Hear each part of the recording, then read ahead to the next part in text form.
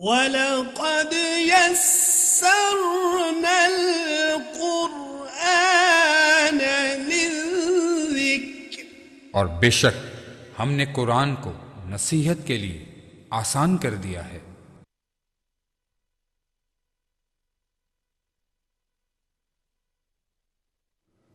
اعوذ باللہ من الشیطان الرجیم، بسم اللہ الرحمن الرحیم، صلی اللہ علی النبی الامی وعلی آلہ وصحبہ وبارک وسلم، صلاۃ و سلام علیک یا سیدنا یا رسول اللہ۔ مکرم معظم ناظرین و سامعین، اللہ رب العزت کے فضل و کرم سے اور آقا صلی اللہ تعالیٰ علیہ وآلہ وسلم کے نعلین پاک کے تصدق سے عرفان القرآن کورس کے 52ویں لیکچر میں آج ہم شریک ہیں۔ حاضرین مکرم، حصۃ التجوید میں ہم وقف کی اقسام پڑھ رہے ہیں۔ 3 پہلی اقسام ہم نے پڑھ لی تھیں۔ آئیے ناظرین، جو اگلی 7 اقسام ہیں وقف کے بیان میں، وہ آج ہم کمپلیٹ کرتے ہیں۔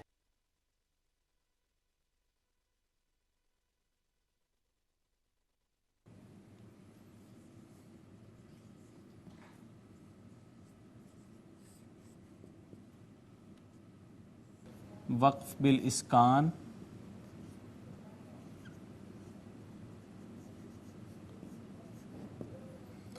وقف بالروم، وقف بالاشمام،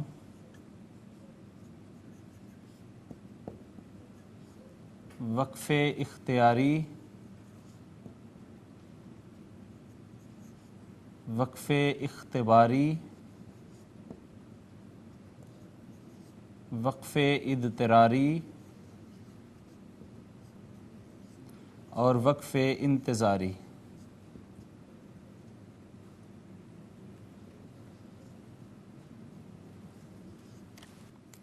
جی ناظرین، وقف بالاسکان کسی کلمہ کے آخری حرف کو ساکن کر کے وقف کرنا۔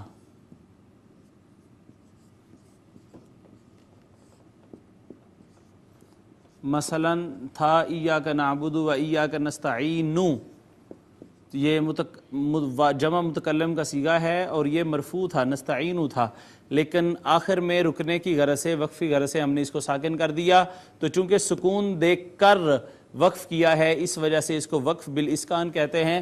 ناظرین، ہر وقف وقف بالاسکان ہوگا اس وجہ سے کہ ہر وقف میں آخری حرف کو ساکن ہی ہم نے کرنا ہے، تو ایسے اس تناظر میں ہر وقف جو ہے وہ وقف بالاسکان کہلوائے گا۔ پھر وقف بالروم، زیر اور پیش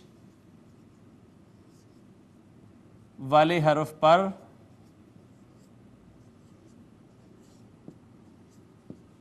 وقف کرنا کہ حرکت کا 1/3 حصہ پڑھا جائے، 1/3 حصہ پڑھا جائے۔ مثال کے طور پر یہاں پہ مثال لکھ لیتے ہیں، والعصر، تو یہ والعصری تھا، یہاں را کے نیچے زیر ہے، لہٰذا اگر ہم نے یہاں پہ وقف کریں تو کم از کم اس حرکت کا 1/3 حصہ پڑھیں، ایسا لگے کہ جیسے قریب بیٹھا شخص جو ہے اس تک زیر کی آواز جائے گی، تو اس کو کہتے ہیں را مرامہ۔ مرامہ کا معنی ہوتا ہے قصد کرنا، را کے نیچے زیر ہو اور ایک پیش والے حرف پر وقف کریں ایسے کہ حرکت کا 1/3 حصہ پڑھا جائے، اس کو وقف بالروم کہتے ہیں۔ اب آ جائیں وقف بالاشمام پر، 2 پیش والے حرف پر وقف کرنا،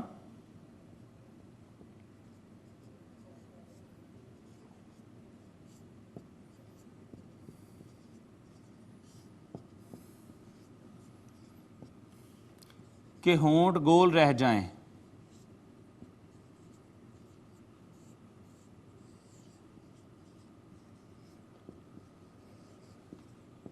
جیسے عدوٌ، تو عدو ایسے ناظرین ہونٹ گول رہ جائیں گے، اس کو کہتے ہیں وقف بالاشمام۔ یہ اگلی جو 4 اقسام آ رہی ہیں وہ اس سے ذرا ہٹکے ہیں، زیادہ ٹیکنیکل نہیں ہیں. وقف اختیاری کہتے ہیں جہاں پر بات پوری ہو رہی ہو وہاں پر ہی اپنی مرضی سے وقف کرنا. جہاں پر بات پوری ہو رہی ہو، معنی پورے ہو رہے ہوں، گفتگو مکمل ہو رہی ہو، وہاں پر اپنی مرضی کے ساتھ وقف کرنا، اس کو وقف اختیاری کہتے ہیں. یہ ناظرین ایک اختیار ہے کہ جہاں بات، موضوع، گفتگو، معنی مکمل ہو رہے ہیں، سمجھ میں آ رہے ہیں، وہاں پر ہی اگر آپ اپنی مرضی سے وقف کرنا چاہیں تو اس کا اختیار ہے. اب آ جائیں وقف اختباری. اختبار، اختبارہ، یختبر، اختبار، امتحان کا ہم معنی ہے. جیسے امتحان ہوتا ہے ویسے پریکٹیکل امتحان جو ہوتا ہے اس کو اختبار کہتے ہیں. تو استاذ شاگرد کو کہے کہ بھئی اس جگہ پہ وقف کرو، تاکہ وہ دیکھے کہ وہ شاگرد اس کا موقوف علیہ پہ کیسے وقف کرتا ہے. یہ جانچنے کے لیے، یہ دیکھنے کے لیے اور چیک کرنے کے لیے کہ شاگرد یہاں پہ کس طرح وقف کرتا ہے، اس کو وقف اختباری کہتے ہیں. امتحانی نقطہ نگاہ سے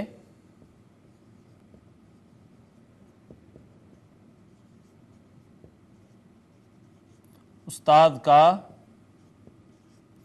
شاگرد کو کہیں وقف کروانا.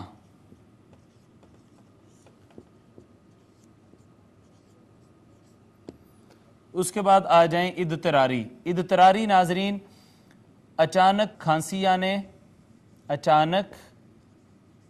آنے، سانس ٹوٹنے، یا کسی اور مجبوری کے باعث وقف کرنا.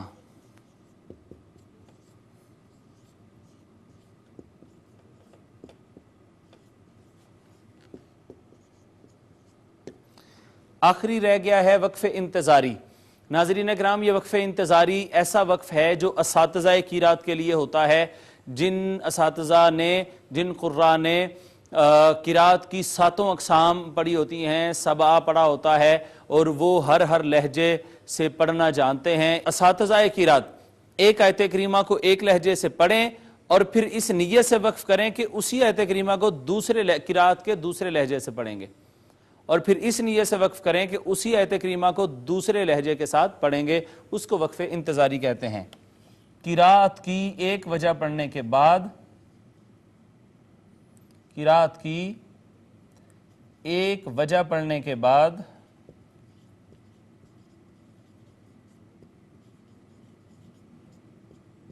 دوسری وجہ پڑھنے کے لیے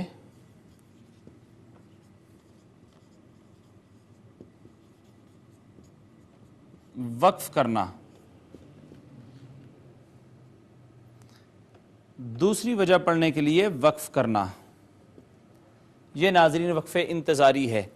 تو معزز ناظرین، 7 اقسام آج ہم نے جو ہے وہ وقف کی پڑھی ہیں. وقف بالاسکان، کسی کلمہ کے آخری حرف کی حرکت کو ساکن کر کے وقف کرنا. اس کے بعد ہے وقف بالروم، زیر اور پیش والے حرف پہ یوں وقف کریں کہ حرکت کا ایک تہائی حصہ پڑا جائے. اس کے بعد اشمام ہے 2 پیش والے حرف پہ وقف کرنا کہ ہونٹ گول رہ جائیں. اختیاری ہے جہاں پہ بات پوری ہو رہی ہو، معنی پورے ہو رہے ہوں، وہیں پہ اپنی مرضی سے وقف کرنا، اپنے اختیار سے وقف کرنا، وقف اختیاری ہے. اختباری امتحانی نقطہ نگاہ سے استاذ کا شاگرد کو کہیں وقف کروانا. اس کے بعد اضطراری مجبوری کی حالت میں کھانسی آ گئی، چھینک آ گئی، سانس ٹوٹ گیا، ایسے وقف کو وقف اضطراری کہتے ہیں. وقف انتظاری اساتذہ قرات ایک آیت کریمہ کو قرات کی ایک وجہ سے پڑھیں، پھر اس نیت سے وقف کریں کہ اسی آیت کریمہ کو قرات کی دوسری وجہ سے پڑھیں گے. یہ ناظرین الحمدللہ ہمارا جو وقف کا بیان ہے وہ مکمل ہوتا ہے. آخر میں آپ کو وقف کی کچھ حالتیں جو ہیں وہ بتاتا ہوں، اس کے بعد انشاءاللہ ہم اپنے آج کے ترجمہ کے سبق کی جانب چلتے ہیں. جی ناظرین، وقف کے طریقے.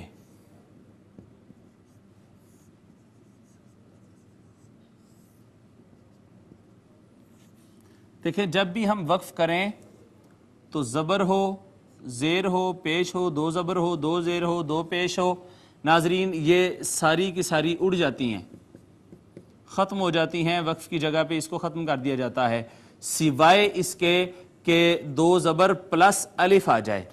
ایسی صورت میں ایک زبر کو اڑا دیتے ہیں اور ایک زبر پڑی جاتی ہے، مثال کے طور پر قریباً ہے یہ، تو اس میں ایسے کریں گے کہ دو زبر پلس الف ہے تو قریباً میں سے صرف ایک زبر کو اڑا دیں گے اور قریبا پڑا جائے گا۔ اسی طرح گول تا اگر آخر میں آئے گی تو وہ ہا سے بدل جائے گی۔ یہ ناظرین وقف کے طریقے ہیں کہ آخر میں زبر آئے وہ بھی ختم، زیر آئے، پیش آئے، دو زبر دو زیر دو پیش آئے، سب ختم کر دی جاتی ہیں۔ ہاں اگر دو زبر پلس الف آ جائے تو ایسی صورت میں ایک زبر کو ہٹا دیا جاتا ہے، ایک زبر پلس الف پڑھا جاتا ہے، اور اگر گول تا آخر میں آ جائے تو وہ وقف کی حالت میں ہا رہ جاتی ہے، جیسے مسلمتن مسلمہ رہ جائے گا۔ یہ وقف کا بیان الحمدللہ آج ہمارا مکمل ہو گیا۔ آئیے ناظرین آج کے سبق کا ترجمہ پڑھتے ہیں۔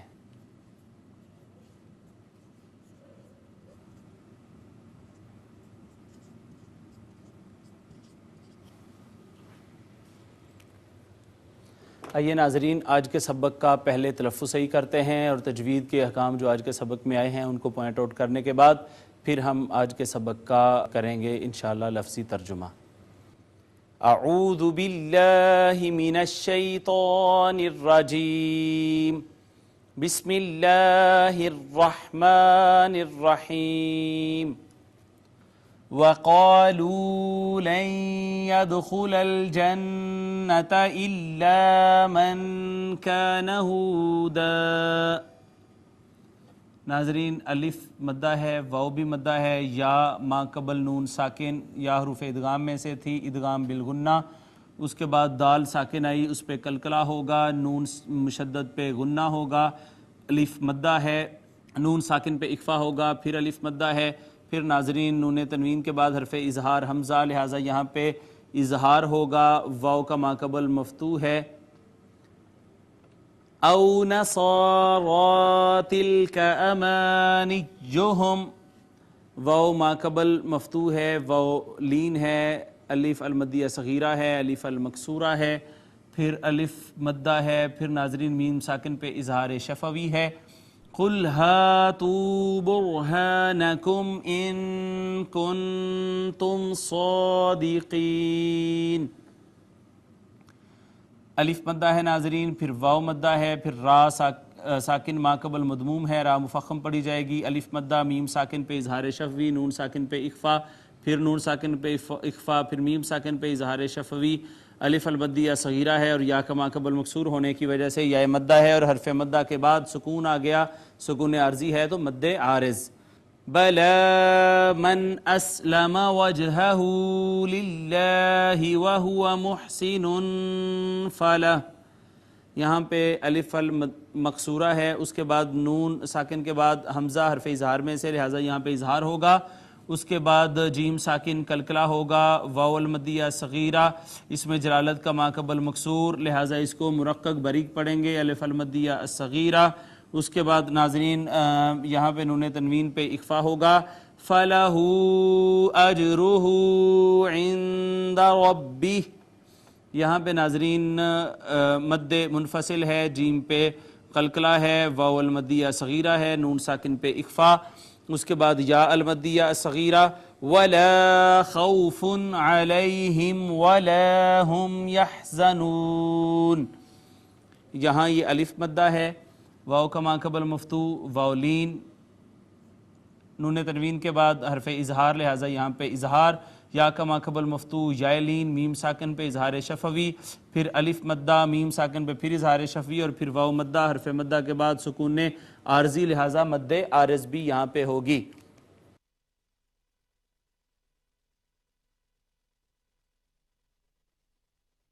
جی ناظرین آج کے سبق کو تجوید کے ساتھ ہم پڑھ چکے ہیں، آئیے اب اس سبق کا ہم کریں گے ترجمہ۔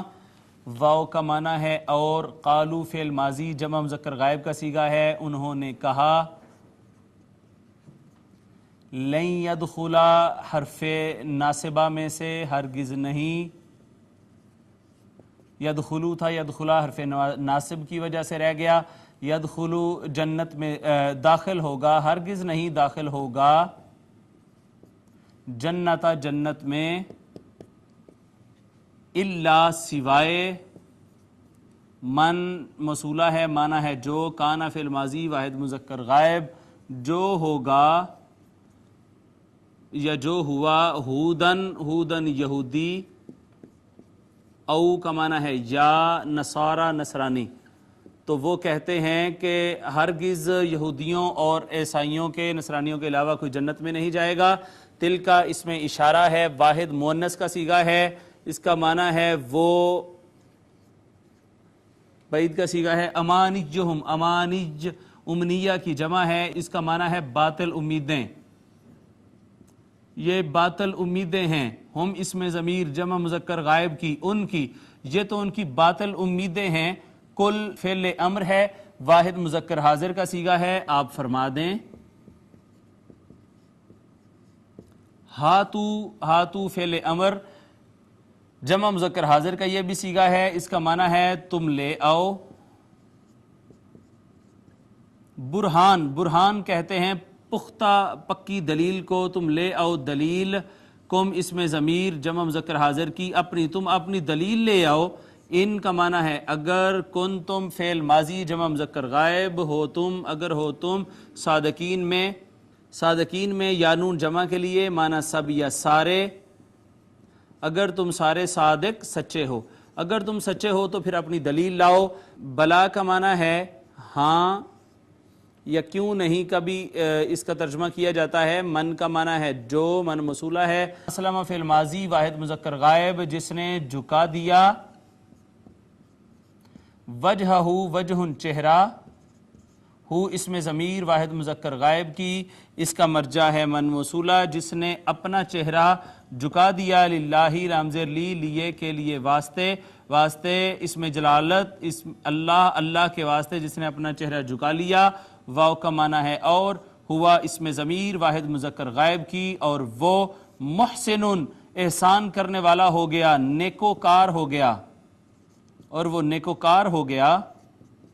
فا کا معنی ہے پس، لام زبر لا، لام زر لی کا معنی لیے کے لیے، واسطے، پس واسطے یا لیے، ہو اس میں ضمیر واحد مذکر غائب کی، واسطے اس کے، اجرن اجر ہے، ہو اس میں ضمیر واحد مذکر غائب کی، اس کا، پس اس کا اجر ہے، عندہ نزدیک یا پاس، رب ہی اس کے پروردگار کے،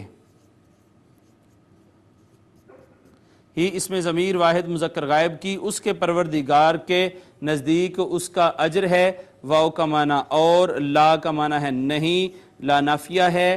خوفن کوئی خوف، اور نہیں کوئی خوف۔ علا کا معنی پر یا اوپر، ہم اس میں ضمیر جمع مذکر غائب کی، ان پر کوئی خوف نہیں ہے۔ ولا اور، لا حرف نفی ہے یہ، اور نہ ہی، ہم اس میں ضمیر جمع مذکر غائب کی، وہ سب، اور نہ ہی وہ سب، یحزنون فعل مضارع جمع مذکر غائب، اس کا ترجمہ ہے وہ غمگین ہوں گے، اور نہ ہی انہیں کوئی غم ہوگا، نہ ہی وہ غمگین ہوں گے، نہ تو انہیں کوئی خوف ہے اور نہ ہی وہ غمگین ہوں گے۔ ناظرین یہ تو لفظی ترجمہ تھا آج کے سبق کا، اب آئیے آج کے سبق کا بامحاورہ ترجمہ کرتے ہیں۔ اور اہل کتاب کہتے ہیں کہ جنت میں ہرگز کوئی بھی داخل نہیں ہوگا سوائے اس کے کہ وہ یہودی ہو یا نصرانی، یہ ان کی باطل امیدیں ہیں۔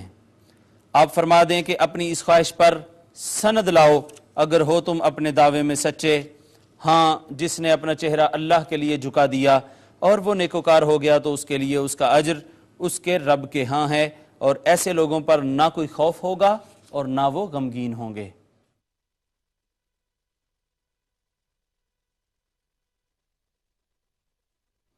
حاضرین مکرم، یہ اس آیت کا شان نزول یہ ہے کہ آقا علیہ الصلوۃ والسلام کی مجلس میں مدینہ کے یہود تھے اور نجران کے نصارہ بیٹھے ہوئے تھے، تو وہ آپس میں مناظرہ کرنے لگ پڑے۔ یہودی کہنے لگے کہ صرف وہ جنت میں جائیں گے، اور نصارہ کہنے لگے کہ صرف وہ جنت میں جائیں گے۔ تو اس پر یہ آیت کریمہ نازل ہوئی۔ حضور علیہ الصلوۃ والسلام پر اترنے والی اس آیت کریمہ نے واضح فرما دیا کہ یہ ان کی باطل امیدیں ہیں، جھوٹی امیدیں ہیں، کہ سوائے ان کے کوئی جنت میں نہیں جا سکتا، بلکہ حقیقت یہ ہے کہ جو اللہ کے لیے اپنا چہرہ جھکا لیتا ہے، نیکوکار ہو جاتا ہے، اللہ کے تمام انبیاء پر ایمان لے آتا ہے اور بالآخر آقا علیہ الصلوۃ والسلام کی نبوت کی تصدیق کرتا ہے، وہی جو ہے اس پر دنیا میں کوئی خوف نہیں ہوگا اور آخرت کے لیے بھی اس کو کوئی غم نہیں ہوگا۔ اس میں ایک یہ بات بھی، آج کل کا جو رویہ ہے عام طور پر مذہبی ذہن کے حوالے سے، اس کو دیکھنے کی ضرورت ہے کہ اپنے سوا دوسروں کے جنتی نہ ہونے کا خیال فاسد ہے۔ صرف اپنے ہی جنتی ہونے کی جو سوچ ہے وہ یہودی ذہنیت کی اور نصرانی ذہنیت کی عکاس ہے، اور اسی طرح بغیر دلیل خاص کسی کے جہنمی ہونے کا دعویٰ نہیں کیا جا سکتا۔ اس میں ناظرین مکرم آج کل کے جو پیر زادگان ہیں ان کے لیے بھی دعوت فکر ہے کہ آج کل کے پیر زادے اور اکثر سجادہ نشین الا ماشاءاللہ، سب نہیں مگر بہت سارے، کسب کی بجائے صرف نسب پر گمنڈ کرنے والے صاحبزادہ یہود و نصارہ کی اس خالی جنت سے سبق سیکھیں۔ انہیں سبق سیکھنا چاہیے اور غور و فکر کر کے آیت کریمہ سے عبرت حاصل کرنی چاہیے کہ کسب ان کے لیے مفید ہوگا یا نسب ان کے لیے مفید ہوگا۔ حاضرین مکرم، یہ آج کی مختصر سی تفسیر تھی۔ اب آئیے چلتے ہیں اپنے لیکچر کے آخری حصہ کی جانب اور آقا صلی اللہ تعالی علیہ وسلم کا فرمان عالی شان پڑھتے ہیں۔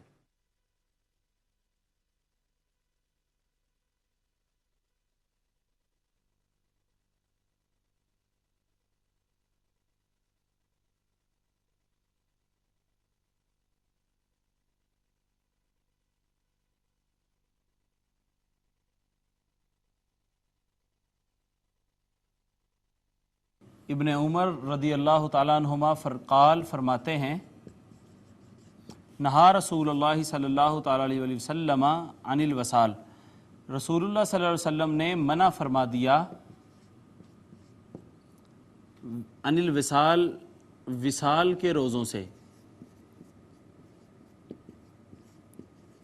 اب یہ وصال کے روزے وہ ہوتے ہیں جو سحری کیے بغیر اور افطاری کیے بغیر مسلسل رکھے جاتے ہیں، اسے حضور نے منع فرمایا۔ جب قالو تو صحابہ عرض کرنے لگے، صحابہ نے کہا انکا تواصلو، بے شک آپ بھی تو وصال کے روزے رکھتے ہیں، آقا آپ بھی تو وصال کے روزے رکھتے ہیں۔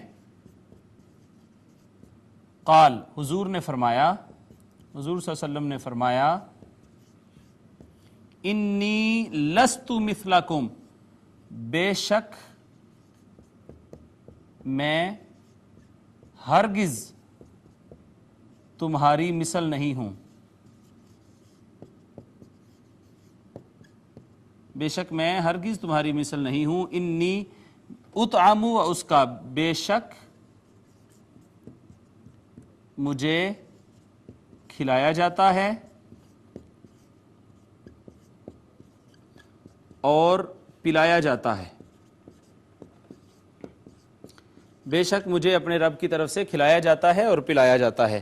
حاضرین مکرم، یہ آج کی حدیث مبارکہ تھی۔ بہتر طریقے سے اس کا ترجمہ آپ کو سنا دیتا ہوں۔ سیدنا عبداللہ ابن عمر رضی اللہ تعالی عنہما روایت کرتے ہیں کہ حضور نبی اکرم صلی اللہ تعالی علیہ وسلم نے صوم وصال یعنی سحری و افطاری کے بغیر مسلسل روزے رکھنے سے منع فرمایا۔ صحابہ اکرام نے عرض کیا، یا رسول اللہ، آپ تو وصال کے روزے رکھتے ہیں۔ آپ صلی اللہ تعالی علیہ وسلم نے فرمایا، میں ہرگز تمہاری مثل نہیں ہوں، مجھے تو اپنے رب کے ہاں کھلایا اور پلایا جاتا ہے۔ ناظرین، 52واں لیکچر اپنے اختتام کو پہنچتا ہے۔ آج کے سبق میں ہم نے وقف کی بقیہ 7 اقسام پڑھی: وقف بالاسکان، وقف بالروم، وقف بالاشمام، وقف اختیاری، وقف اختباری، وقف اضطراری اور وقف انتظاری، اور ترجمہ تفسیر کرنے کے بعد آقا علیہ الصلوۃ والسلام کی حدیث مبارکہ ہم نے پڑھی اور سمجھی ہے۔ اللہ رب العزت ہم سب کو قرآنی علوم سے مستفید ہونے کی توفیق عطا فرمائے۔ اللہ تعالی ہم سب کا حامی و ناصر ہو۔ وما علیہ الا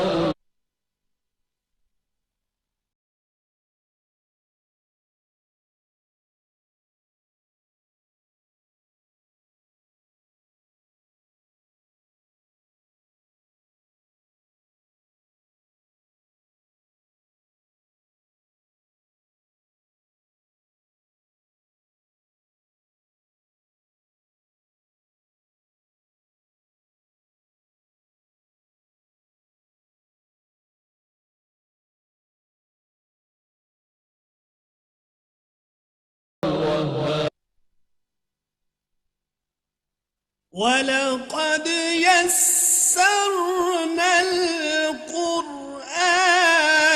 لِلذِّكْرِ اور بے شک ہم نے قرآن کو نصیحت کے لیے آسان کر دیا ہے۔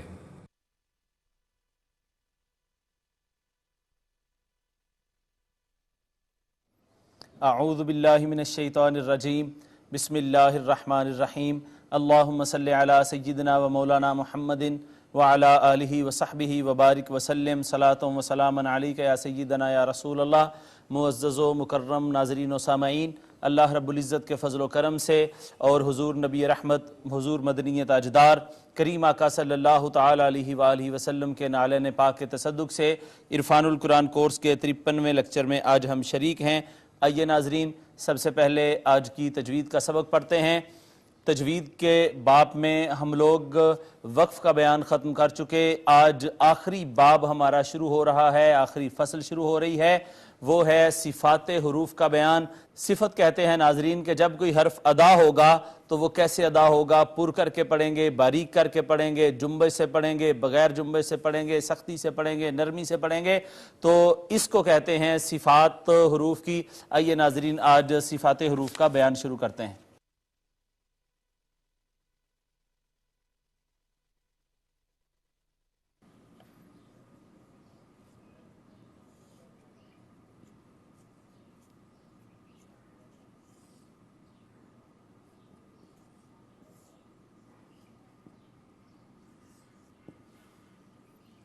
جی، سب سے پہلے صفت کی تعریف۔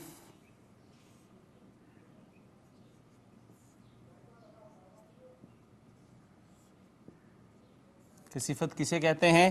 تو یاد رکھ لیں، کسی حرف کی ذاتی حالت یا کیفیت جو اس کو ادا کرتے وقت اس میں پائی جاتی ہے اس کو صفت کہتے ہیں۔ اس کو ہم یہاں پہ لکھتے ہیں، کسی حرف کی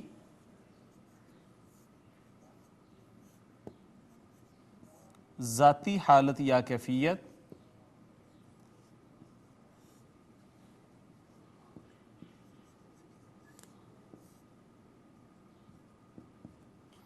جو اس کو ادا کرتے وقت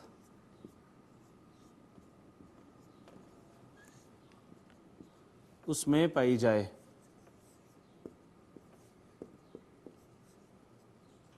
یہ ہے صفت کی تعریف۔ صفت کی ناظرین دو اقسام ہیں۔ صفت کی پھر آگے دو قسمیں ہیں، صفت کی جمع صفات، اور صفات کی دو اقسام، صفات لازمہ اور صفات عارضہ۔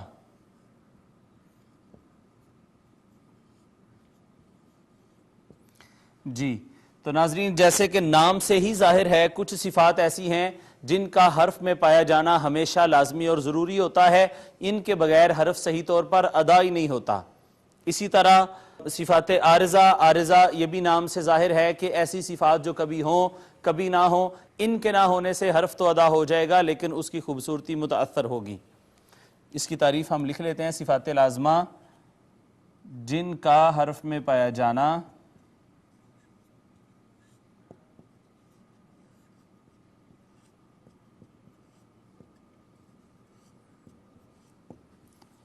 ہمیشہ لازمی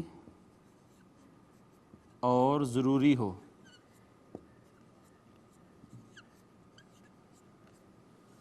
ان کے بغیر حرف صحیح طور پر ادا ہی نہیں ہوتا۔ اسی طرح صفات عارضہ جو کبھی حرف میں ہوں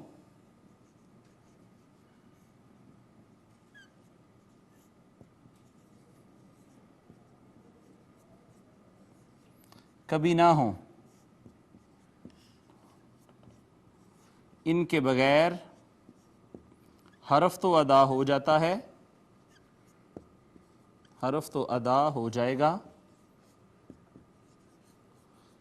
لیکن اس کی خوبصورتی متاثر ہوگی، اس کا حسن متاثر ہوگا۔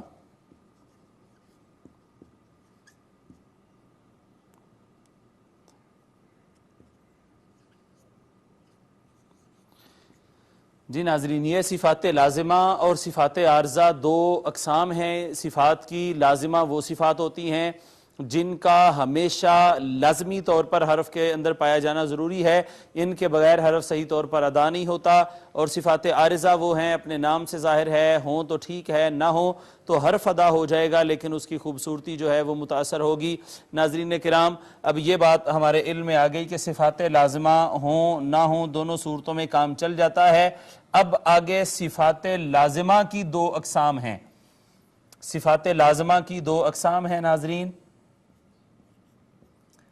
صفات لازمہ متضادہ، صفات لازمہ متضادہ اور صفات لازمہ غیر متضادہ۔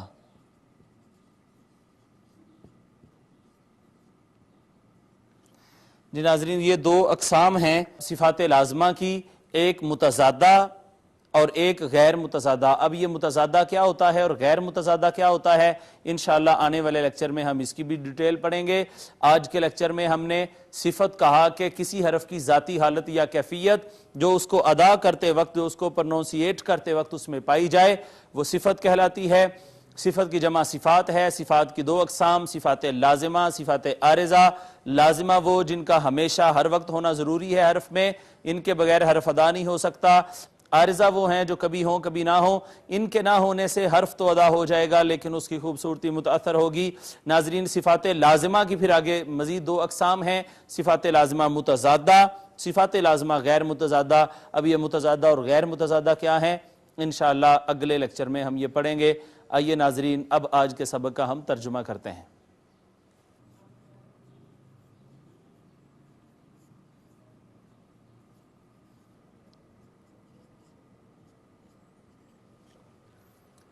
جی ناظرین، سبق ہم نے لکھ لیا ہے، آئیے پہلے اس کا تلفظ صحیح کرتے ہیں، تجوید کے حوالے سے اس کو ایک دفعہ پڑھ لیتے ہیں، اس کے بعد ہم انشاءاللہ اس کا ترجمہ کریں گے۔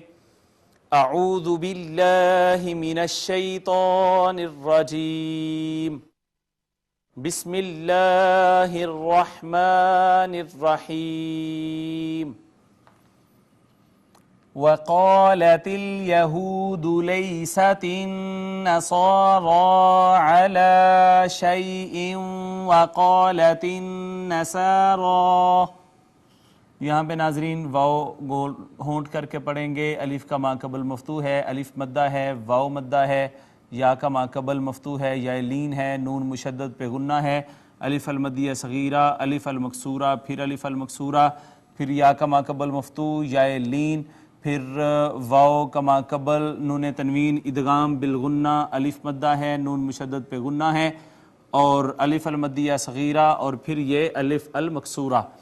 لیست الیہود علی شیء وہم یتلون الکتاب، یہاں پہ دیکھیں ناظرین، یا کا ما قبل مفتوح، یا لین، اس کے بعد واو کا ما قبل مضموم، واو مدہ، اور الف المدیہ صغیرہ، یا کا ما قبل مفتوح، یا لین، یہاں پہ پھر ادغام بالغنہ، میم ساکن پہ اظہار شفوی، واو مدہ ہے، الف مدیہ صغیرہ۔ كذلك قال الذين لا يعلمون مثل قولهم، جی ناظرین ذال کو باریک کر کے پڑھیں گے، الف مدہ ہے، قاف کو پر کر کے پڑھیں گے مستعلیہ میں سے، پھر الف مدہ ہے، پھر یا مدہ ہے، الف مدہ ہے، واو مدہ ہے، اور واو لین ہے، میم ساکن پہ اظہار شفوی ہے۔ فاللہ یحکم بینہم یوم القیامت فیما کانوا فیہ یختلفون، اس میں جلالت کا ما قبل مفتوح ہے، لہٰذا اس کو مفخم پر کر کے پڑھا ہم نے، الف المدیہ الصغیرہ ہے، میم ساکن پہ اظہار شفوی، اس سے پہلے یا ما قبل مفتوح، یا لین، یہاں واو کا ما قبل مفتوح، واو لین، پھر الف مدہ ہے، پھر یا مدہ ہے، پھر الف مدہ، واو مدہ، یا مدہ، اور یہاں پہ پھر واو مدہ، حرف مدہ کے بعد سکون نے عارضی، لہٰذا مد عارض۔ ومن اظلم ممن منع مساجد اللہ ان یذکر، یہاں پہ ناظرین نون ساکن کے بعد حرف اظہار آ گیا، لہٰذا یہاں پہ اظہار کریں گے۔ ضا حروف مستعلیہ میں سے ہے، پر کر کے پڑھا، اور یہ من من تھا، میم من ادغام بالغنہ ہو گیا۔ یہاں بھی آپ دیکھیں میم ساکن، میم سے پہلے نون ساکن آ گیا ہے، لہٰذا اس نے ما قبل کو اپنے اندر مدغم کر لیا، یہاں بھی ادغام بالغنہ۔ الف المدیہ الصغیرہ، پھر اس میں جلالت کا ما قبل مفتوح پر کر کے پڑھا، الف المدیہ الصغیرہ، اور یہاں پہ پھر ادغام بالغنہ ہو گیا۔ ان یذکر فیہا اسمہ وسعی فی خرابہا، یہاں پہ ناظرین یا مدہ ہے اور واو المدیہ صغیرہ ہے، الف المکسورہ ہے، یا مدہ ہے، الف مدہ ہے۔ خرابها أولئك ما كان لهم أن يدخلوها، یہاں پہ ناظرین دیکھیں یہ مد منفصل ہے، حرف مدہ کے بعد حمزہ اگلے کلمہ میں ہے، سبب مد اس وجہ سے یہ مد منفصل ہے، اور اس کے بعد یہ مد متصل ہے اس وجہ سے کہ ما بعد حمزہ سبب مد اسی کلمہ میں ہے۔ حرف مدہ آ گیا الف، پھر الف مدہ آ گیا، پھر میم ساکن پہ اظہار شفوی آ گیا، پھر ادغام بالغنہ ہے، دال ساکن حروف قلقلہ میں سے یہاں پہ قلقلہ ہوگا، واو مدہ ہے۔ يَدْخُلُوهَا إِلَّا خَائِفِينَ، یہاں پہ ناظرین آپ دیکھیں تو یہ بھی مد منفصل ہے اس وجہ سے کہ حمزہ سب مد اگلے کلمہ میں ہے، پھر الف مدہ ہے، پھر یہ مد حرف مدہ کے بعد حمزہ اسی کلمہ میں مد متصل ہے، اور یا کا ما قبل مکسور ہے، یا مدہ ہے، اس کے بعد نون ساکن ہے، وقف کی وجہ سے سکون عارضی آیا لہٰذا یہ مد عارض ہو گئی۔ لَهُمْ فِي الدُّنْيَا خِزْيٌ وَلَهُمْ فِي الْآخِرَةِ عَذَابٌ عَظِيمٌ، میم ساکن پہ اظہار شفوی کریں گے، الف یہاں نون ساکن پہ اظہار مطلق ہوگا، الف المدہ ہے، اس کے بعد یہاں پہ ادغام بالغنہ ہے، میم ساکن پہ اظہار شفوی ہے، الف المدیہ صغیرہ ہے، را کو پر کر کے پڑھیں گے، الف مدہ ہے، نون تنوین پہ اظہار ہوگا اس وجہ سے کہ بعد میں حرف اظہار عین آ گیا ہے، یا کا ما قبل مکسور، یا مدہ، اور اس کے بعد سکون عارضی لہٰذا یہاں پہ مد عارض ہوگی۔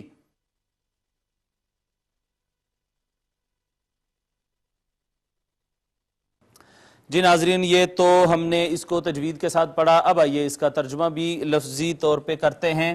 واو کا معنی اور قالت فعل ماضی، قال قالا قالو قالت فعل ماضی واحد مؤنث غائب، کہا الیہود یہودیوں نے، اور یہودیوں نے کہا لیست، لیست بھی فعل ماضی واحد مؤنث غائب کا صیغہ ہے، نہیں ہیں۔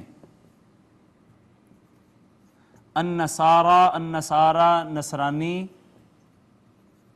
علی کا معنی ہے پر یا اوپر، شیئن کسی شے پر، یعنی یہودی حق پر نہیں ہیں، کسی شے پر نہیں ہیں، واو کا معنی ہے اور، قالت فعل ماضی اسی طرح واحد مؤنث غائب، کہا النصارى نصرانیوں نے کہا،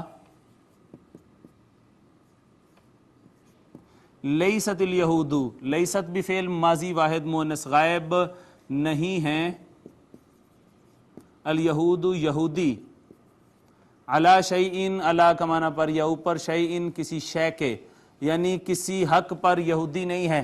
یہودی کہنے لگے نصارہ حق پر نہیں ہے، اور نصارہ کہنے لگے کہ یہودیوں کے پاس کچھ نہیں ہے، واو کا معنی ہے اور، ہم اس میں ضمیر جمع مذکر غائب کی معنی ہے وہ سب، واو حالیہ ہے، اور حالانکہ وہ سارے کے سارے، یتلونا فعل مضارع جمع مذکر غائب کا صیغہ ہے، وہ تلاوت کرتے ہیں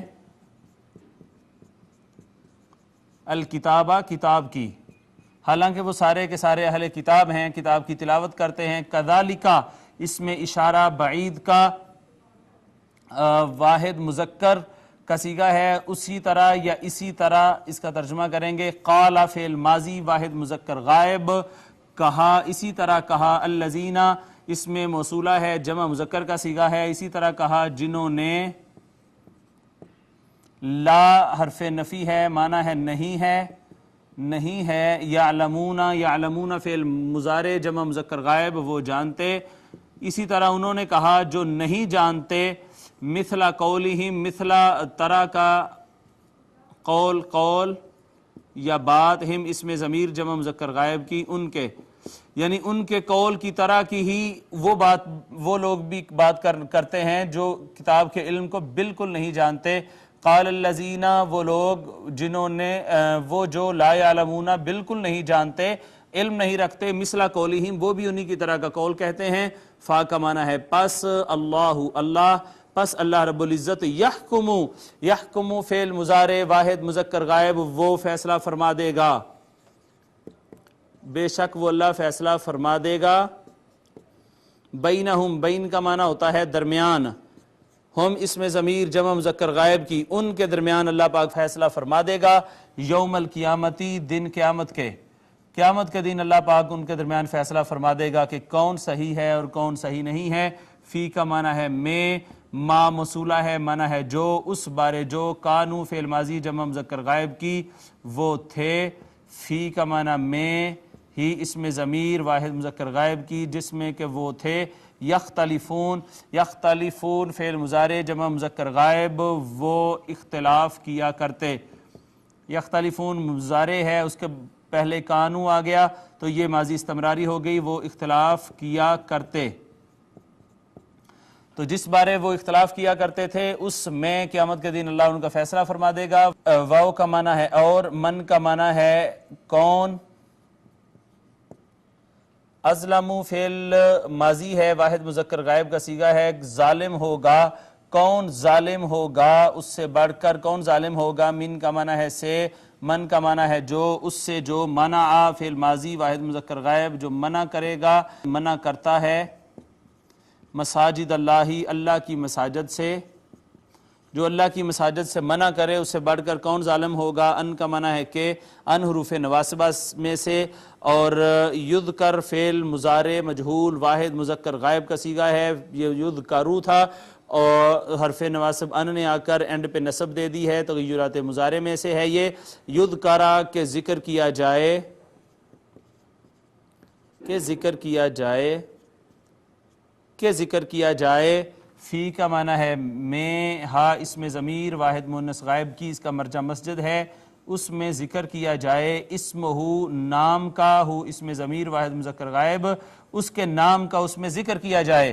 واو کا معنی ہے اور. سعا جس نے کوشش کی، فعل ماضی واحد مذکر غائب کا صیغہ ہے اور کوشش کی.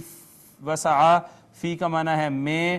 خرابیہا، خراب کا معنی ہے خرابی، ہاں اس میں ضمیر واحد مؤنث غائب کی، اس کا مرجع بھی مسجد ہے، اس مسجد کی خرابی میں بھی جس نے کوشش کی. اولئکا اس میں اشارہ بعید کا، جمع مذکر اور جمع مؤنث دونوں کے لیے، وہی ہیں یا وہ سب ہیں، یہ وہ لوگ ہیں. ما کا معنی ہے نہیں. کانا فعل ماضی واحد مذکر غائب، نہیں تھا. لہم لام زبر لا لام زیر لی کا معنی لیے کے لیے واسطے. ہم اس میں ضمیر جمع مذکر غائب کی، نہیں تھا ان کے لیے روا. کہ ان کا معنی ہے کہ. یدخلون تھا، نون گرا دیا ہے حرف نواسب ان نے، نون اعرابی کو. ان کے یدخلو وہ داخل ہوتے، فعل مضارع جمع مذکر غائب کا صیغہ ہے. ہاں اس میں ضمیر واحد مؤنث غائب کی، اس کا مرجع مسجد ہے، وہ داخل ہوتے اس میں. ان کے لیے روا نہیں تھا کہ وہ اس میں داخل ہوتے. الا مگر. خائفین یا نون جمع کے لیے ترجمہ سب یا سارے. خائف کہتے ہیں ڈرنے والے کو، مگر ڈرتے ہوئے سارے اس میں مساجد میں داخل ہوتے. تو لہم لام زبر لا لام زیر لی لیے کے لیے واسطے. ہم اس میں ضمیر جمع مذکر غائب کی، واسطے ان کے. فی الدنیا دنیا میں. خزیون رسوائی ہے، ان کے لیے دنیا میں رسوائی ہے. واو اور.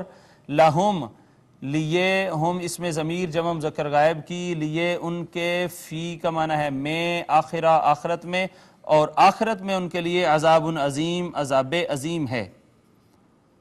عذاب عظیم یعنی بہت بڑا عذاب ہے.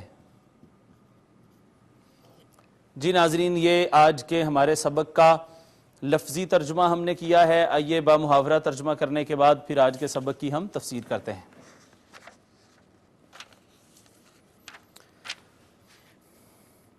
اور یہود کہتے ہیں کہ نصرانیوں کی بنیاد کسی شے پر نہیں،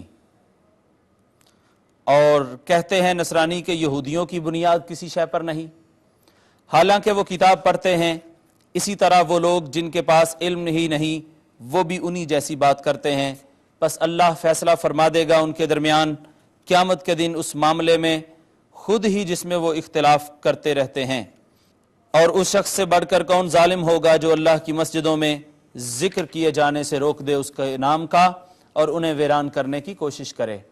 ان کو تو یہ چاہیے تھا کہ مسجدوں میں اللہ سے ڈرتے ہوئے داخل ہوتے، ان کے لیے دنیا میں بھی ذلت ہے اور ان کے لیے آخرت میں بھی بڑا عذاب ہے۔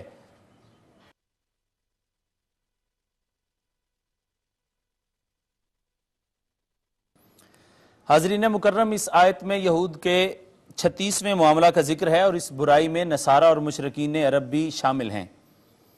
ابن ابی حاتم نے بطریق اکرمہ یا سعید تخریج کرتے ہوئے سیدنا ابن عباس رضی اللہ تعالیٰ عنہ سے روایت نقل کی ہے کہ ایک مرتبہ کچھ یہود اور نصارہ آپ صلی اللہ تعالیٰ علیہ وسلم کی مجلس مبارکہ میں حاضر ہوئے اور مذہبی مباحثہ اور مناظرہ کرنے لگے۔ رافع بن خزیمہ نے یہود کی طرف سے دین نصارہ کا رد اور حضرت عیسیٰ علیہ السلام کی نبوت کا رد کیا اور انجیل کے آسمانی کتاب ہونے کا انکار کیا۔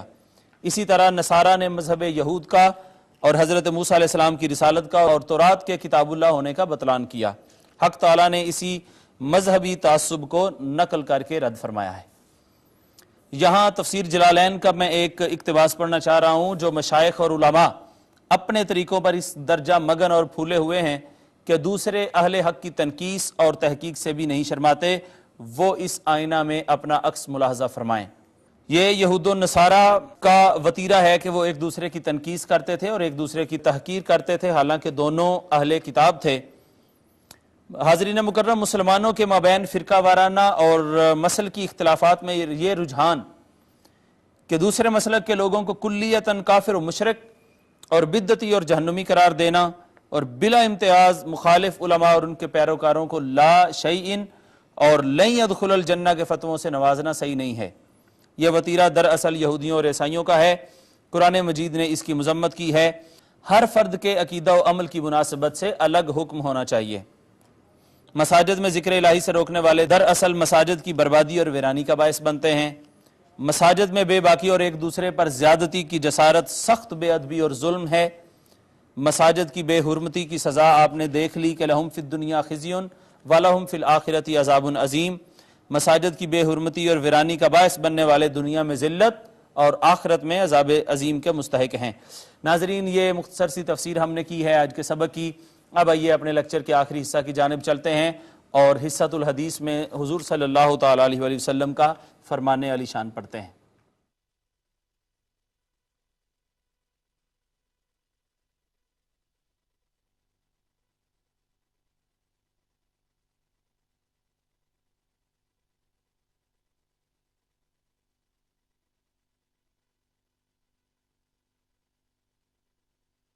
حضرین مکرم، یہ متفق علیہ حدیث پاک ہے بخاری اور مسلم شریف میں، اور بہت خوبصورت حدیث پاک ہے۔ آقا علیہ الصلوۃ والسلام کی عظمت اور شان کے حوالے سے سیدنا ابی ہریرہ رضی اللہ تعالیٰ عنہ فرماتے ہیں، ابو ہریرہ رضی اللہ تعالیٰ عنہ سے روایت ہے کہ بے شک رسول اللہ صلی اللہ تعالیٰ علیہ وسلم نے فرمایا، ہل ترون قبلتی ہاہنا، کیا تم یہی دیکھتے ہو کہ میرا منہ ادھر ہے؟ فواللہ، پس خدا کی قسم، ما یخفی علی خشوعکم، نہیں ہے پوشیدہ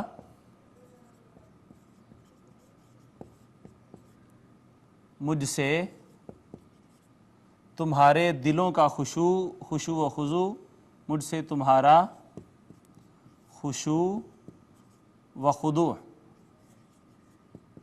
مجھ سے پوشیدہ نہیں ہے۔ ولا رکوعکم، اور نہ ہی تمہارا رکوع کرنا مجھ سے پوشیدہ ہے۔ انی، بے شک میں، لَأَرَاكُمْ، ضرور دیکھتا ہوں، کم تمہیں، بے شک میں تمہیں ضرور دیکھتا ہوں، من کا معنی ہے سے، ورا پیچھے، ظہری پشت، اپنی پشت کے، بے شک میں تمہیں اپنی پشت کے پیچھے سے بھی ضرور دیکھتا ہوں۔ یہ خوبصورت حدیث پاک آقا علیہ الصلوۃ والسلام کی ہم نے پڑھی۔ سیدنا ابو ہریرہ رضی اللہ تعالیٰ عنہ سے یہ روایت ہے، متفق علیہ حدیث پاک ہے کہ حضور علیہ الصلوۃ والسلام نے فرمایا، کیا تم یہی دیکھتے ہو کہ میرا منہ ادھر ہے؟ اللہ کی قسم مجھ سے تمہارے دلوں کی حالت اور ان کا خشوع و خضوع پوشیدہ ہے، نہ تمہاری ظاہری حالت کے رکوع۔ میں تمہیں اپنی پشت پیچھے سے بھی اسی طرح دیکھتا ہوں جیسے اپنے سامنے سے دیکھتا ہوں۔ حاضرین مکرم، یہ 53واں لیکچر آج کا اپنے اختتام کو پہنچتا ہے۔ تجوید میں ہم نے صفات کا بیان شروع کیا ہے۔ صفات ہم نے کہا کہ وہ صفت کی جمع صفت کسی حرف کی ذاتی حالت اور کیفیت کو کہتے ہیں جو اس کو ادا کرتے وقت اس میں پائی جاتی ہے۔ اس کی دو اقسام، صفات لازمہ، صفات عارضہ، اور پھر صفات عارضہ کو نکال کر صفات لازمہ کی دو اقسام، صفات لازمہ متضادہ اور صفات لازمہ غیر متضادہ۔ اتنا پڑا تجوید میں سبق، اور اس کے بعد ترجمہ تفسیر کرنے کے بعد حدیث پاک ہم نے پڑھی ہے۔ اللہ رب العزت قرآن و سنت پر عمل پیرا ہونے کی توفیق عطا فرمائے۔ اللہ پاک ہم سب کا حامی و ناصر ہو۔ وما علیہ الا البلاغ۔